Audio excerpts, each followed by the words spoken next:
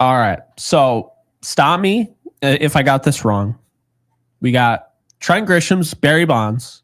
Ben Rice is a superstar. And the Yankees are going to win the World. I'm just kidding. It's off to a good start, though. Yeah, it's off to a good start, though, with some of these guys. Obviously, there are some things, we're going to touch on it, that do tend to be cause a little bit of a gripe, I would say, like watching Anthony Volpe hitting 211. But like, I really want to put some emphasis on a few of these topics. One, shout out Cookie. And honestly, that start right there, how bad does Carlos Rodon look after that start? He looks pretty horrible. Yeah, he doesn't look good. And Cookie had a clear job. First of all, when we came into this game, we said if he gives us 3 to 4 innings, gives up 2 runs, and then we pass it off early to our bullpen, we're in the game by the 4th or the 5th. We're taking that. Okay, at this point in the season, the way it's going with this rotation, that's all we cared about. And to fast forward and you're getting 5 full. You're getting 5 full with 1 hit to Bobby Witt Jr. So no harm, no foul, one of the best players in this game. This is what they pay him for. So he can be on the team and nibble. And nibbling doesn't mean throwing the ball just off the plate and hoping that they chase the way that some players who will go nameless here.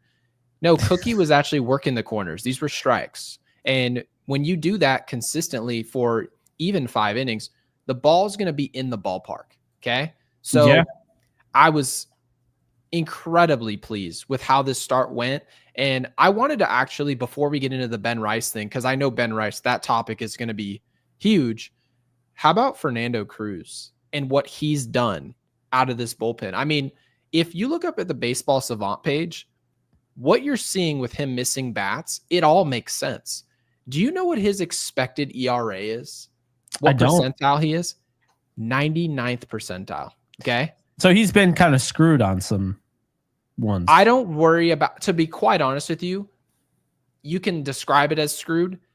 The Yankees understand this page. The Yankees know this page. They've seen it. So yes, you may look up at the scoreboard and say, my ERA says it's 3.9, right? And that seems pretty mediocre. Most people wouldn't really jump at that.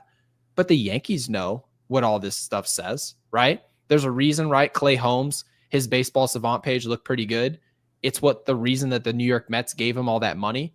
When you look up at someone's page and it says this, and you see a lot of whiff rate, 99th percentile, his whiff rate is 47.9. Half the time he's missing bats.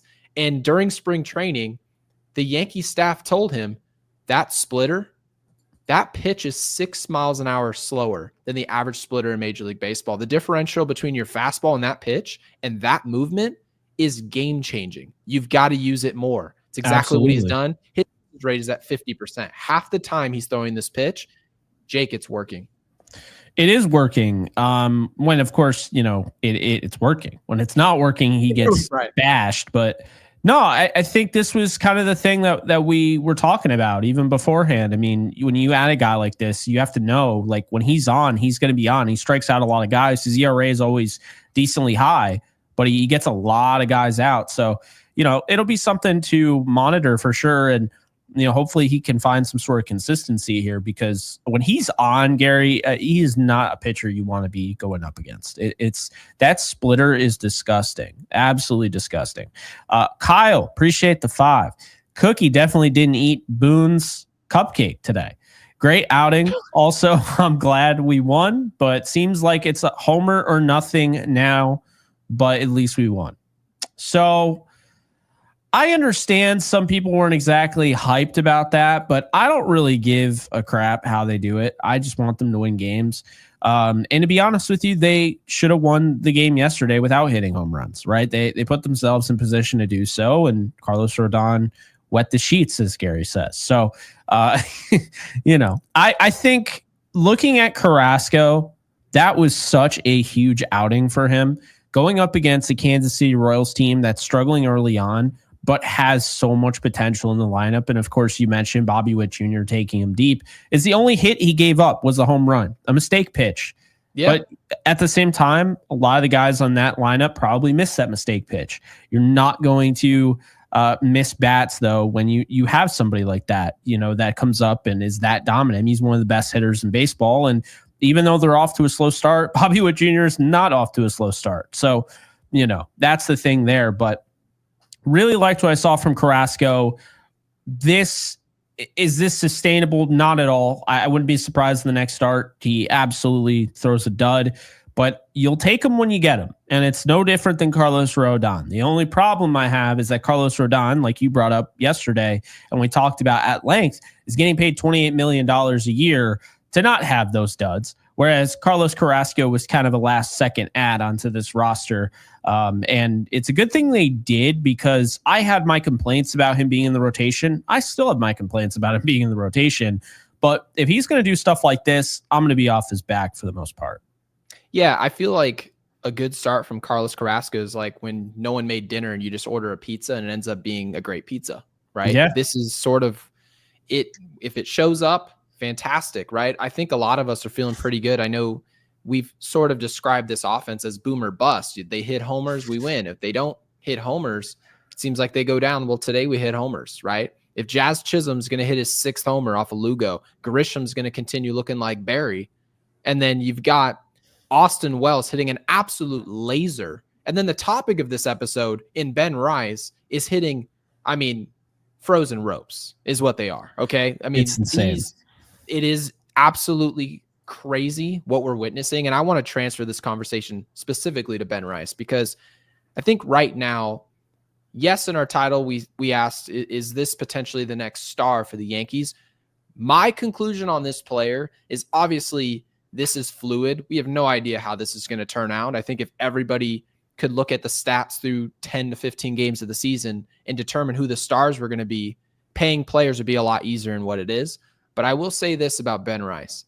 Ben Rice has all the tools to be a guy who stays on this roster. Somebody who 6 to 7 years from now, you look up and say, oh yeah, I put that name to that roster and he's still there. If you look up at the Yankees roster currently, you'd see Rice, Judge, Wells, Goldschmidt, Chisholm, Volpe. 3 years ago, you would have no idea who would have been in those spots, right? If I told you that Paul Goldschmidt would be through the door, you'd be like, really? Right? Anthony Volpe, you see him through the door, you'd say, oh, okay, so I guess they didn't trade him, right? Because you just assume at catcher, Gary Sanchez he was supposed to be one of those cornerstones, one of those players who would be here for 10 to 15 years, right? Yeah.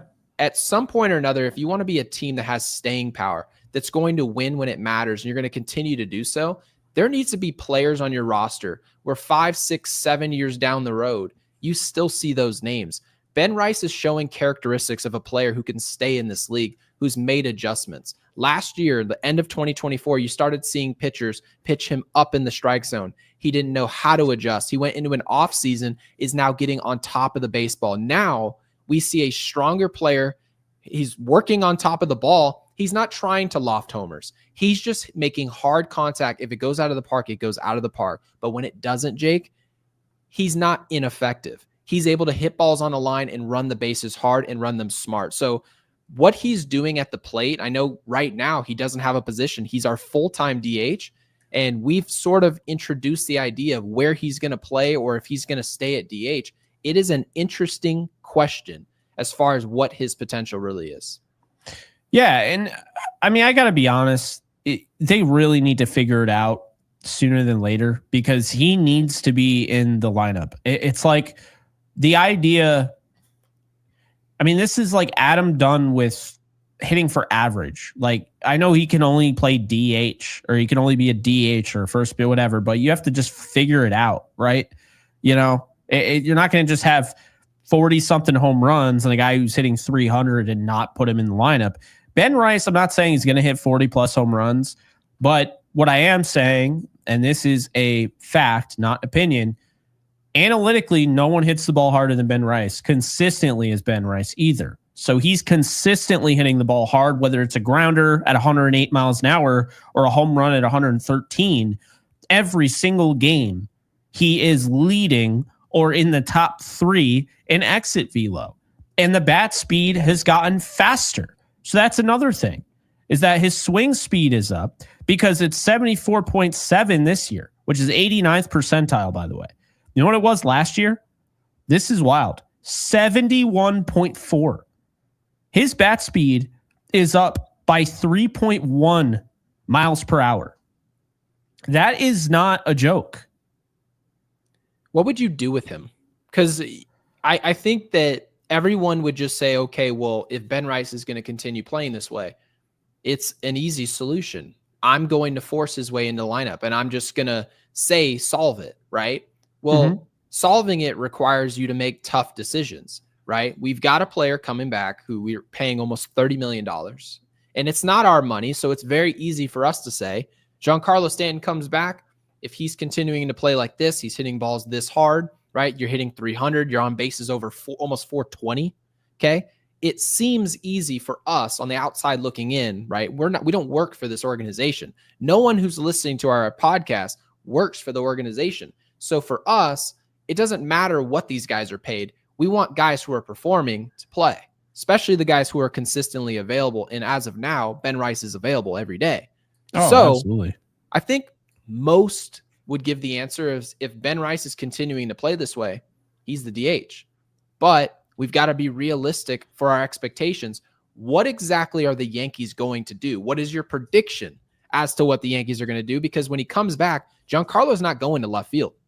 He's not going to first base. Okay. Giancarlo, if he's playing at all, is your DH. So do the Yankees platoon Ben Rice and Giancarlo and go lefty righty? Or does Ben Rice, if he continues to play this way, is he your full-time DH and you just sit down a player? We're paying close to $30 million on the bench. That is bold, and I'm not sure I'm there yet. Yeah, I mean, he needs to, in my opinion, I think he has to move to third because Stanton isn't going to be around that much longer, but you can't just phase Stanton out. Like, I'm not sitting here like I'm doing Stanton charity by putting him in the lineup. No, Stanton, make no mistake about it, is the most important hitter in October. Like, that is true, without a doubt. So, and that's just not based on last year. For those of you who are a little new here, that is a lot of production. The sample size is pretty big in October for Giancarlo Stanton. Yes, it is. So I bring this up because we didn't get to talk about yesterday. I don't know if it's 100% accurate. I don't want to just take, a listener's comments, straight up as this is 100% accurate. But there was a comment I saw yesterday on the video the night prior that when we were talking about this conversation about why people say Ben Rice is too tall to play third and not athletic enough, he's more athletic than DJ LeMahieu and he's shorter than DJ LeMahieu, and LeMahieu plays third.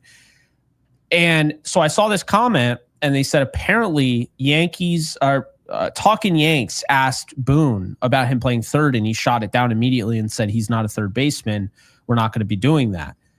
I don't know if that is a case, but I have to say I give Boone a lot of credit in a lot of different senses, but these are the things that bother me and continue to bother me with him. I think that's way too close-minded of an approach because there's no way he's saying that to, throw off the competition. It's not like there's no gamesmanship that needs to be played there. You're not like getting, he put him at third today. We had no idea. Like, you know what I mean? Nothing like that. So that tells me that since this isn't like the NFL draft and I'm going to say this player sucks, so he falls into on my team, since it's not like that, then I don't know why he would be making it up. And if he truly believes that, I think that is a gross miscalculation. And I think that closed-mindedness could cost him. And then you say, well, what about the outfield? I think he's more likely, and we've talked about this, he's more likely to translate to third base.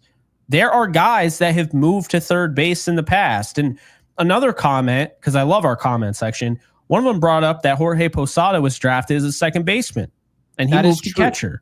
So, I knew that was true. I don't know if the other thing's true, not calling him a liar, but sometimes we get comments that aren't even Yankee fans, right? Yeah, we ain't calling him a truther. Can I address that comment? Because I don't want to forget. Nice Drake and Josh little thing there. Thank you. I'm glad you picked up on that. Of course. So my feeling is this.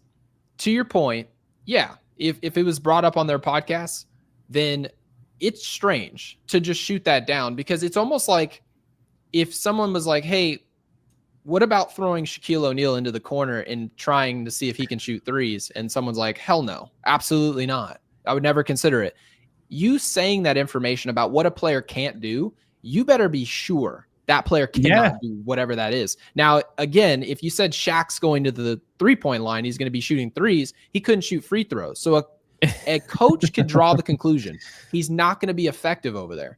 But I'm not quite sure. Again, we're not in this clubhouse. We're not at practice. We weren't at spring training doing a deep dive of any of the drills, right? Lateral movement, nothing. Ben Rice, if you're certain he can't play third base, I would love to know why that would be. I would love to know. And if he can't play third base, could he not play second base? If they drew that conclusion, I would love to know what made them draw that conclusion. Is it athleticism? Is it arm strength, right? Is it speed? I have no idea coming in on a bunt. I would love for a deeper dive as to how that conclusion was drawn. Because if we can get as mediocre of defense as possible from Ben Rice, I would love to take a flyer on it, okay? Because I see in our comment section, we had somebody, I think it was Stephanie, who asked, can he play third base? The answer is we have no idea, right? He hasn't played there. Jake has no idea. None of our listeners have a clue what he can do at third, second. We have no idea. All we know is that he's not going to be able to stay at DH if Giancarlo Stanton has any plans on playing. So that's where this question is now coming from. So I think it's interesting. Again, on this show, we can't confirm or deny if that was even brought up on their show. Have no clue. But if it was, it is interesting what we're saying cannot happen before trying to find out. I agree. And I understand this isn't the end all be all here. But when you look in terms of sprint speed, because I don't have much to go off of, Gary, I have the sprint speed stats in front of me. Did you know that Oswaldo Cabrera is in the 27th percentile in sprint speed? That would surprise me. People act like he's like this incredibly athletic guy, right? So he's at third. So then I don't know if they have Peraza, but I'll check. Peraza's at 52. Well, guess what? You know what Ben Rice is at? Let me guess. Don't tell me. 32nd? 63rd. His athletic profile, in my opinion, allows him to play third, first base, and second base. And people need to stop with the attitude of he's too tall. No, you sound ridiculous. He's not too tall. He's 6'2". That's not too tall. Like you mentioned the other day, LeMahieu is 6'4". Yeah. So there's this like misconception. And I think it's because his you know what it is, Gary? I know this is it. It throws people off because of his batting stance. It's not like in the crouch. He's not like crouched down like a Oswaldo Cabrera. He's standing up and the bat is high. And so people automatically assume he's this hulking 6'5" giant. I don't know, man. DJ LeMahieu, when he stands in the batter's box, looks like he's 6'13". He looks like the biggest baseball player I've ever seen. I don't know what it is about DJ LeMahieu. There's another t-shirt design. He looks like he's 6'13". Right. I swear to God, DJ LeMahieu's bat looks like it's a damn tree trunk. Oh my God. For some reason, we just make the assumption, okay, he'll just be fine over at third base. He'll be fine over at second base. And he is, right? In my personal opinion, I can't tell these players what they cannot do. And if, by the way, Aaron Boone is correct, right? He's the manager. So his sprint speed is 20th percentile, by the way. LeMahieu. That's surprising. But my thought is, obviously, he's the manager of this team, so he must know more than us. I'm just surprised we don't have the process as to how we came to that. Because if that's his conclusion, I'm okay with it. But where I'm at is that we're eventually going to have this issue where Aaron Boone is going to be the guy who has to make the decision. What do we do here? And I feel either way he cuts it, some guys are going to complain, right? If Giancarlo comes back and doesn't play, you mean to tell me that I was our best bat in October? You weren't trusting Aaron Judge, the captain. He wasn't your best player. this last October? I was. Yeah. I'm the one who comes up, and I'm the one coming through in the clutch. So when I come back after tennis elbow in both elbows, and we're showing up towards the important like spot of the season, we're going up towards the All-Star break and then into August, September, October, that's when you really need me. So for me to not play at all, what does it really matter what this guy's doing in the regular season? I'm me, right? So I just think it's an interesting conversation that Aaron Boone, surely I'm sure it was probably just a surface level conversation of can he play over there? And then that was it, rather than why can't it happen, or where else can it possibly happen? And what do you plan on doing about it? Because I just think it's a more nuanced conversation than just, nope, he can't. And then that's why that's what pissed me off. Yeah. But I don't want to be pissed off at something that doesn't exist either. So I don't know if it's real. Like, I'm just sitting there like, and it's just like The Onion. Like, I'm not going to sit there and just be like hulking out over something that doesn't exist. By the way, Anthony Volpe, 46th percentile sprint speed. Now, people are probably like calling BS on sprint speed, but I think it makes sense. It's a measurement of a player's top running speed expressed in feet per second in a player's fastest 1 second window. Oh, so that's not in comparison to the players in a comparable position. That's not in comparison to shortstops. That's in comparison to literally every player. That's across the board. Every player. So more than half the league is faster than Anthony Volpe? That's what I'm seeing. At the fastest speed. Does Anthony Volpe probably hustle more than most of the... Yes. But at the fastest sprint speed, Anthony Volpe is a below average, yeah. That's not very good, brother. If it's top speed, which I think you're right here, that's not what I thought it was. Like, if I had to guess what I thought Volpe would be at, I know he's not Ellie De La Cruz. I get that, right? Yeah. But, I don't know, 70th percentile, 65th? I mean... Well, like you look back, it's also based on this year, right? So if you look back at 2023, he was 78th. And then you look back at 2024, he was 83rd. So like maybe there isn't enough data, and that's certainly possible. But then I'd make the argument with Ben Rice, again, maybe there's not enough data, but then last year his sprint speed was 52nd percentile, which again, going up to 63%. Like, this guy has gotten more athletic. He's stronger. I want to see him play third. I don't know if he'd be good at it. I have no idea. There's no reference. But the idea is like, oh, yeah, nope, not going to play him there. And again, we don't know if that's true or not. But I just don't agree with that. And I think all I would be trying to do right now, I would be trying to make sure this guy is going to be in my lineup. And if I have to find different ways, I'm going to have to try to make sure he's in my lineup with Stanton. Because here's the thing. It's this simple. We don't know what Ben Rice can do, but we do know that Giancarlo Stanton can't do anything. He is DH, and that's it at this point in his career. He injured himself in the offseason. We still don't know how. Okay? So I don't want that guy anywhere near the outfield. I don't want that guy anywhere near first base. I'd prefer the first ever pinch runner right after the swing. Like, just have a guy just... Wouldn't that be nice? Well, they used to do that in high school. Anytime the pitcher was hitting, right, and he was one of those dudes who could actually hit, he'd get over to first base and he'd just go, this dude's going to come run over. He's going to run for me. And then the designated pinch hitter would just come sprinting over there and high five the pitcher. And then I want Duke Ellis literally sitting there in a sprinter stance once he makes contact with the ball, just taking off like a rocket. It would be great. And by the way, I want to bring up some numbers for Ben Rice from the offensive standpoint, because I'm not done talking about what's positive here, because I think there's a lot of people who probably are looking at the situation from a more realistic standpoint and saying, okay, guys, it's been 50 at-bats in the regular season. If you play the entire season, you're going to get roughly 500 at bat in a season. Okay. So you're basically saying we've played a 10th of the year. That's correct. So to draw conclusions about a player, you're going to need more than just a sample size of this. But I want to pump the brakes on people who are trying to be so realistic, because I want to stare at some numbers here, because there are some numbers about this player that suggest that this is going to last, Jake. It does. And here are some numbers that I think is so interesting. It's actually the number I think tells the biggest story about whether a player is going to continue success in this sport, period. Okay. Ben Rice last season, he played in 50 games. Okay. And you would assume, okay, well, he got off to a hot start, but he was striking out quite a bit. Okay. And you like to believe that guys who strike out a lot, well, you better be walking a lot as well. Well, he struck out 48 times in 50 games. Okay.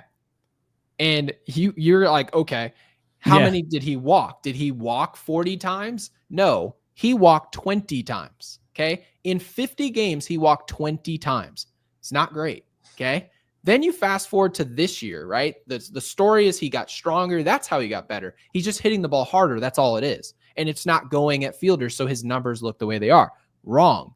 If you look at his numbers, he's already walked half as much as he did last year in 15 games. Okay, so if he continues his pace just from walking alone, he'll have 10 more games to pile on. That's how much better he is as an overall asset, getting on base in general. So if I'm trying to figure out if a player who's in his age 26 season, is this going to continue? My thing is this. Are you practicing good habits? Are you swinging at strikes when they're thrown, right? That's exactly the conversation we had last year about Austin Wells. When he left the strike zone, he was butt cheeks. When he was stayed inside the strike zone, it was what you saw today. It leaves the yard. It is that simple in this sport. So for Ben Rice, if you want to know if this is going to continue, let's see if he continues to swing at pitches inside the strike zone in pitches that can actually be driven by a hitter. If he does that, this is here to stay. And we're going to have a genuine conversation about what Aaron Boone's going to decide to do, because ultimately he's the only one with a say. We're just two jamokes with mics. No, it's true. I'm going to do another meme worthy moment again on the show. Go ahead. I had to do it. I had to ask Rock. No, you didn't. Who does Ben Rice compare to? And Grok came back, not with what we said, not Brandon Belt with power or extra power, and not Bird is the word, Greg Bird. No. First one, and the most likely one, was Kyle Schwarber. Thinks Kyle Schwarber is the best one. But Grok does mention how the strikeout rate is a little concerning with Kyle Schwarber, so doesn't necessarily like that comparison. Then goes on to mention Josh Naylor. Similar contact-oriented power hitter with improving discipline, though Naylor has better defense overall. I kind of see that. And it's funny because you wanted the Yankees to trade for Josh Naylor. I sure did. Yeah. And most Yankees fans really dislike Josh Naylor. I don't like Josh Naylor in the mainly slightest. Because of what happened with Garrett Cole. It's understandable. I mean, that shit looks so dumb. I will never get over that. No, all jokes aside, though, they didn't mention his sprint, his athleticism at all. I think Ben Rice is a better athlete. Stephanie, I can't stand. That's fair. It's fair. You can't troll an organization and be the bad guy. Yeah, I was strictly talking about the fit in terms of what he does for baseball. But yeah, what he was doing with Garrett Cole, it wouldn't bother me at all if the Yankees were like, we didn't want him in here at all. I get that. Yeah. By the way, Ben Rice really improved in a certain area of his game as opposed to last year. And I thought this was really telling. I know it's early, but he saw 96 sinkers last year, and he had a -2 run value. Okay. According to Savant. Now, in this sense, he had a 227 batting average, and now he has a 667 batting average against 37 sinkers, and the highest run value at 7. This guy is crushing sinkers, crushing them. And I think that's a good indication and encapsulation of what we're looking at here, with a player.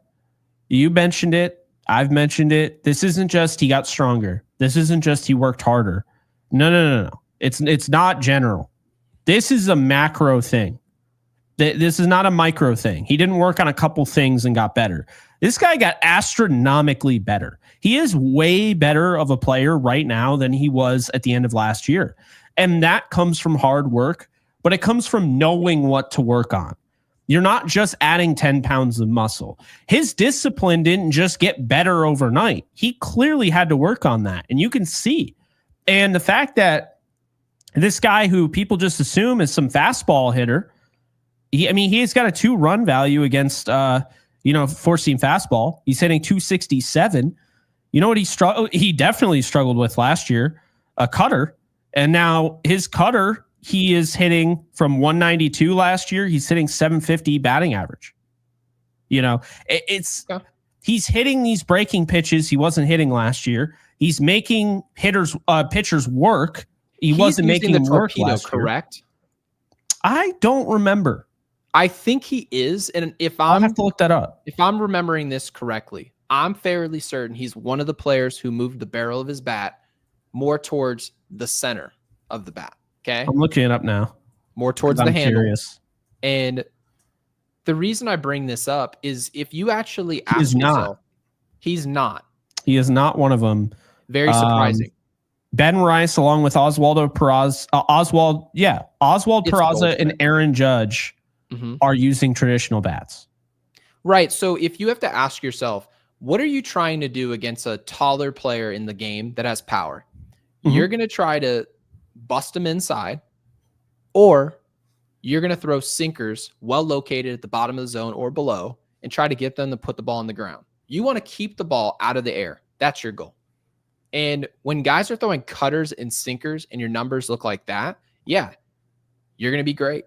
That's all it is. And if you're not swinging at pitches outside the zone, you're not going to get out consistently. If you have plate discipline, you're hitting sinkers, which is what they're predominantly throwing you, and you're hitting cutters, which is like the second pitch they're probably throwing you. So, Okay, sinker covered, cutter covered, plate discipline. Okay, then. So now we have a really good hitter. Okay, not comfortable calling him a star, not at all. Not yet. Stars are just good players that play good consistently. That's all a star is, guys. Okay, he doesn't have to go hit 365 with 62 homers and be Aaron Judge to be a star. No, if he gives you 280 and you say, all right, 280, 25 to 30 homers. Wow, that was a nice, refreshing performance from Ben Rice. And then next year we see the same thing, 281, 31 homers, right? And you look up and you say, I think we got ourselves a star here, something consistent. So this is something that'll be answered for us long-term later on. But based on these numbers, it shows that this is at least possible to be seen. Some of these other guys that we've seen some flashes, right? Jazz Chisholm, Anthony Volpe, we've seen some major flashes from them, but these numbers don't look the same for them as they do for Ben Rice. So it's interesting. It's definitely a conversation, and Major League Baseball won't be paying attention to this story until perhaps it's too late. No, you're absolutely right there. And looking at the hard hit percentage again, this guy has a 66.7 hard hit percentage against sinkers and four-seam fastballs. He's gone up against 23 cutters this year. He's hit all of them. 100%. Hard hit. 100%. Everything that he's hit has been hard hit. His expected slugging against cutters, I've never even seen a number this high. It's over 2,000. Like, why would you ever throw this guy a cutter? Well, you have to imagine you're not going to not throw certain pitches because you see a certain player. This is what some of these guys have. Some of them, it's their first or second best pitch. If you look across baseball, you're starting to see a trend. If we actually ask, what does Matt Blake really want, right? What is Matt Blake looking for? Just from ourselves, from our own pitchers. He's looking for sinkers, splitters, and cutters.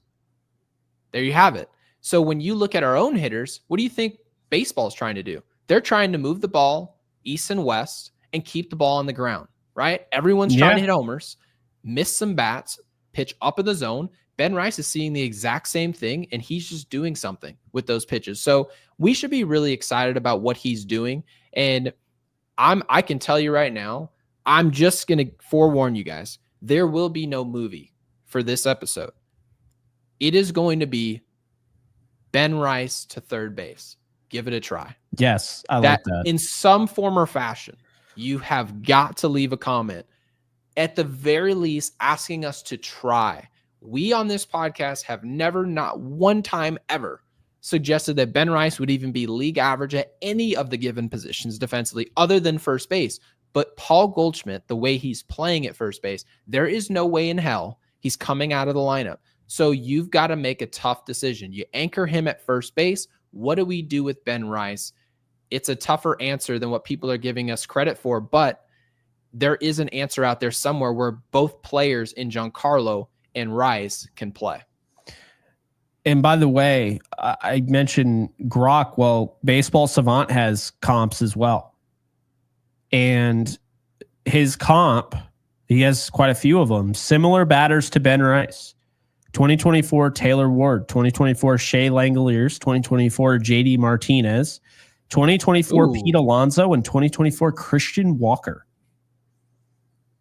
Pete Alonso has more pop, right?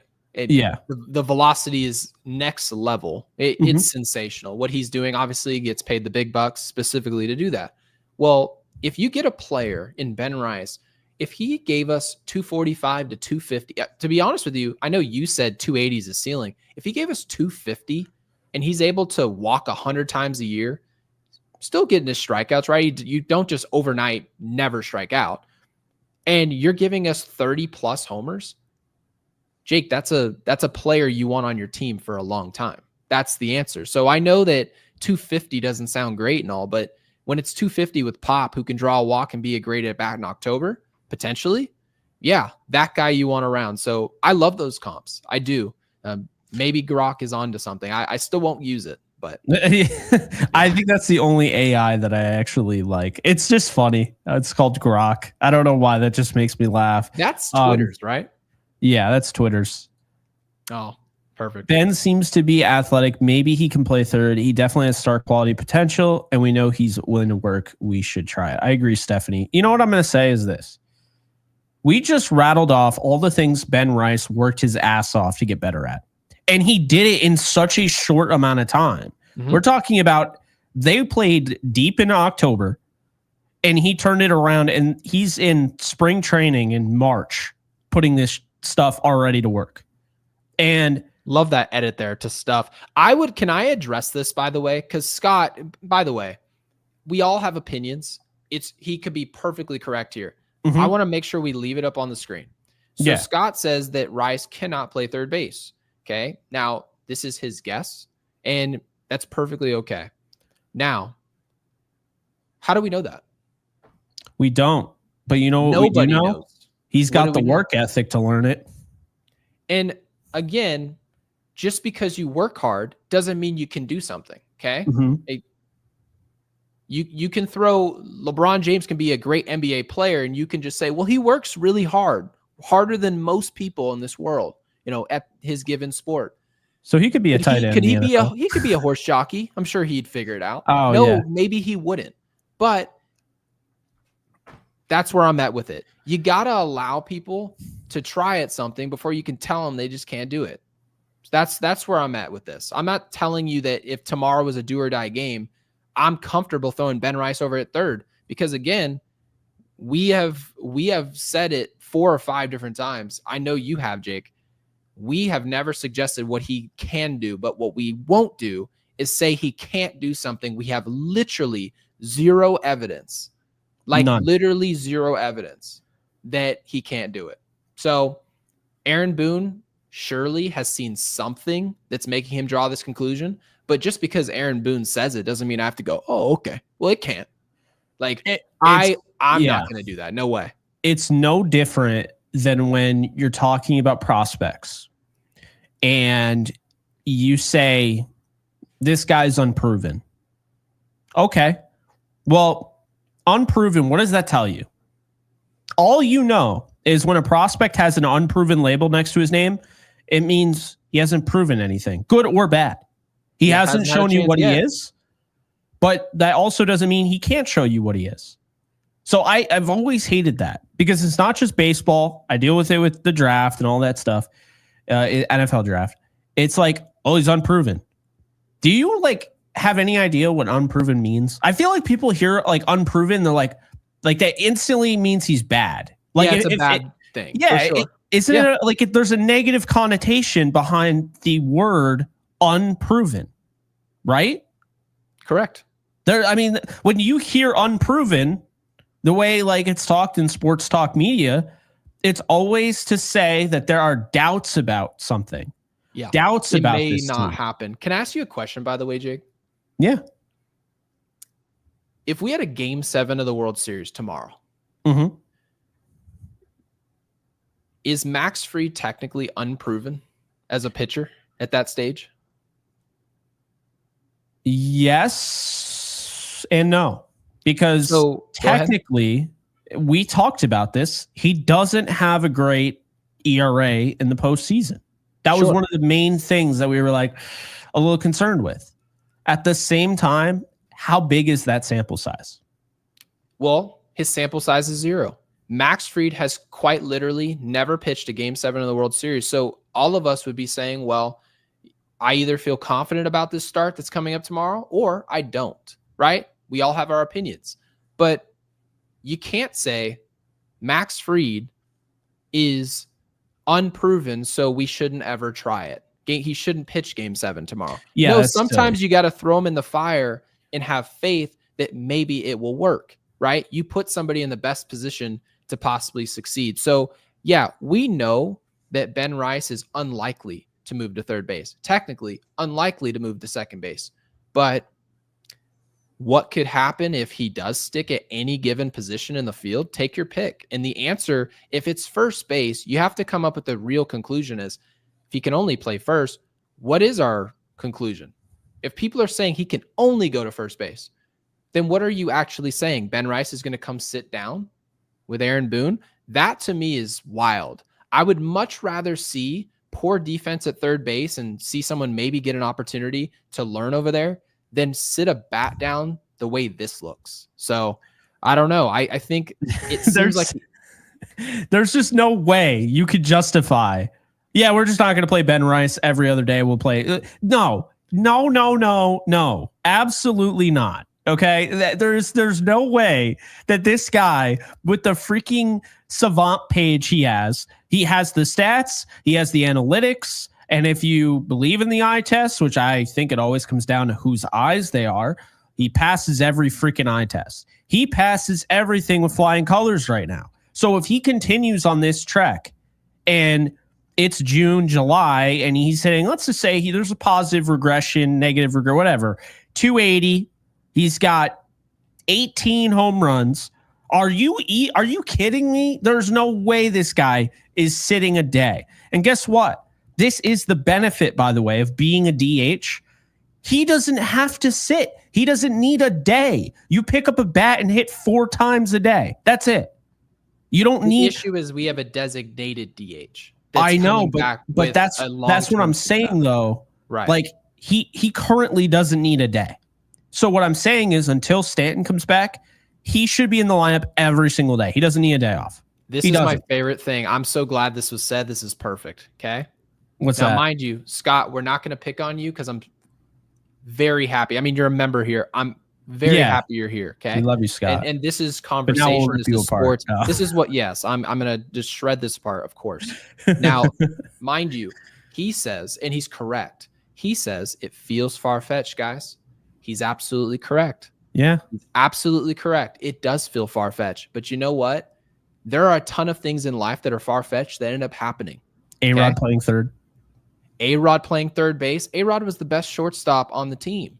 He decided to play third base. Why? Not because he thought Derek Jeter could play better at shortstop. No, he played there because he thought team chemistry-wise and to get this thing working, I want to prioritize winning rather than prioritizing me, right? Maybe I've done that in the past. Maybe that's been the understanding of me as a player. But when I show up here to New York, I'm here to prove myself. I'm here about winning in this team, right? So is it far-fetched? Yes, but far-fetched things happen all the time. You have no idea what to expect. So we understand the odds. We get it. You move a player who was a first base and they tried him out at catcher. He's never played the corner at third base. and throwing him over at third, that could just blow up right in your face, right? He can have a week and a half where he's ruining games. Yeah, 100%. Absolutely. It's far-fetched. We conclude the same thing there, Scott, 100%. So you know what else is far-fetched? That's all it is. Michael King becoming a starter, Jazz Chisholm playing third. There are far-fetched things that have worked out. You got to experiment. And also you have to keep in mind, while Miguel Rojas might have us believing something different, these guys can play just about any position. Can they play it at the MLB level? That I don't know. But if you asked Ben Rice to play at third base in the minor leagues, he could do it. He could absolutely do it. Now, in the MLB, when you need to have, that work at the hot corner, you need to have that reaction time, you need to be able to throw across the diamond, that I don't know. But that's what it comes down to. Yeah, you have to actually play around, find some things. I think a really good example of this, I remember there was a player drafted by the Buccaneers, 2013, I want to say. Mark Barron. Do you remember him? Nope. So he was this top stud safety out of Alabama. The biggest thing for him is that they didn't love his ability to cover. They felt like he was good, not great. They felt he was a great in the box, guy. In the box safety, a guy that could stop the run, tackle. So they traded him away. And the St. Louis Rams moved him to linebacker. And after that, his career took off. He was much better at linebacker. The point being, same thing with like Posada. You find these guys, and sometimes it takes a while, right? Mookie Betts as shortstop. Where the hell did that come from? Remember that? Was that where'd that come from, right? If you told me Mookie Betts was playing shortstop in 2025, I would have said you were on crystal meth. Like, where did that come from? Kidding me? And he's incredibly athletic. And we know Mookie Betts is more athletic. The dude's bowling 300s. He's winning Gold Gloves and right. He can move to short for the Dodgers. We know it's a different level of athleticism, but it's the experiment to open up other things for the team. Is it far-fetched? Yeah. But if you told the Boston Red Sox, yeah, you're going to get rid of this player because you don't want to sign him to a big-time contract, the team that gets him is going to move him to short at some point, and they'd be like, what are you doing? Yeah, why? They literally acquired a player in Jazz Chisholm, and they acquired a player that they didn't know where they were going to play him. They just assumed, without even asking him, they just assumed that Gleyber Torres would move to third. And he said, yeah, I'm not doing that. And they're like, oh, okay. So then they put Jazz there, who had never played there before. Funny, man. Dude. He had never played there before. And they're like, oh, Jazz Chisholm at third? Let's go. And think how easily, though, we didn't move him. Marcus Stroman was like, I'm a starter. And we didn't do a damn thing about it. We didn't throw him to the bullpen. Nothing. Another good project there. You mentioned the bullpen, right? Yeah. How about the we were talking about this. How about the double-barreled action? Clark Schmidt. Oh, Nestor Cortez. Yeah. We loved that. That game was so fun to watch. They just absolutely ran roughshod of everybody. They just dominated. And that's getting creative. Mariano Rivera was a starting pitcher. They realized he couldn't get through the third time through the order, the second time through the order. The first time, he dominated everybody. Yeah, but he also found a cutter. I don't think people understand the story, though, of Mariano.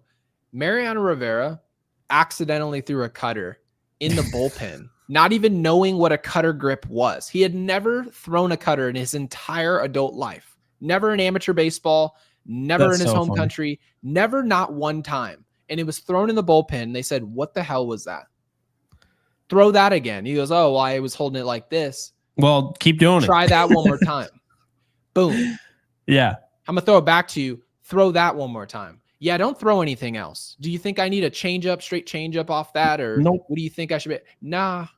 Now what I'm looking at, you think those catchers in there weren't thinking we may have something right away? Of course they did. It's exactly what they told staff. So is that far-fetched? Our conclusion, yes, but far-fetched things happen all the time. You've got to get creative. But I want to advance this conversation to tomorrow's game because Max Fried is taking the mound. He's the one guy that we would describe as consistently our ace right now. I think that's the conclusion here with Max Fried. There are going to be starts where you're not pleased. We get that from our aces, right? We've seen Garrett Cole go play the Red Sox or whoever, where it's just a bad matchup and you're questioning whether or not he's our ace, more times than not, Max Fried's going to be our best arm. So I feel like tomorrow's matchup, you should have positive expectations of what Fried's going to do.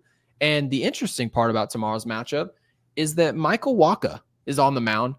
Aaron Judge, our captain, is treacherous, darn right treacherous against this player. We have no idea why. Obviously, sometimes matchups just get the best of you. It could go our way tomorrow, most definitely. But Aaron Judge is hitting 056 against Michael Wacha and 18 at bats. So nothing insane, but it's not good. His ops is 246 against him. So it should be very interesting matchup. Not sure what to make of it.